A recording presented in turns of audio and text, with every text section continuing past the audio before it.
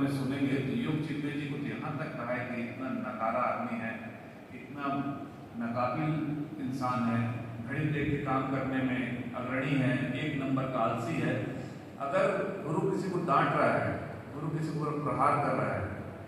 अगर मैं कई बार सुनता हूँ, और ऐसा भी नहीं है कि वो उसको अकेले में बोल रहे हैं, उसको के साथ जितने भी लोग बैठे हैं, मान लीजिए सभा में 1000 हो, 2000 हो, 5000 लोग हों, उनके सामने वो सो योग चिन्मय को डांटते थे। अब फिर भी योग चिन्मय की बुद्धि थी, योग चिन्मय की पात्रता थी, योग चिन्मय के पास में ये प्रज्ञा थी कि वो उसको के चरणों को छोड़ के गए, तो एक दिन इनलाइटमेंट का मूड खिल गया, और वही छोड़ के चले जाते कि अरे मेरे को तो ऐसा बोल दिया उसने, मेरा तो अहंकार फिर मतलब पूरा का पूरा आपका खेल जाता। तो योग चिन्मय का कभी फूल नहीं खिलता। इसको हमेशा कसौटी रखें कि आपके अहंकार को चोट लगे तो और ज़्यादा सजग होइए गुरु के प्रति, और ज़्यादा धन्यवाद दीजिए गुरु को कि आपके अहंकार को चोट लगी है, तो आप जागने का आपको मौका मिलेगा। योग चिन्मय को क्या कहने का आप सुनिएगा, उसको चिन्मय को क्या कहने, उसको कहते हैं 4 प्रकार के घोड़े होते हैं। एक घोड़ा तो वो है जो केवल चाबुक की छाप देख के चलता है, दूसरा घोड़ा वो है जो चाबुक की फटकार पे चलता है, और तीसरा घोड़ा वो होता है जो चाबुक खाने पे चलता है। पर योग चिन्मय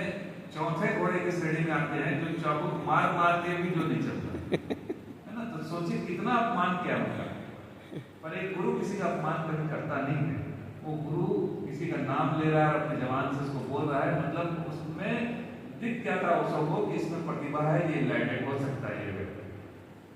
एक प्रवचन में फिर उसने कहा है लास्ट में जाके, जब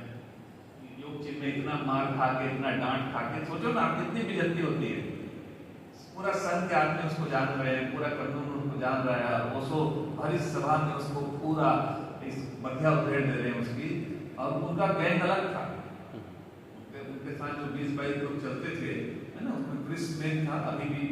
वो तो चलिए छोड़ दिए, पर वो 22 लोग का गैंग अभी भी एक साथ है।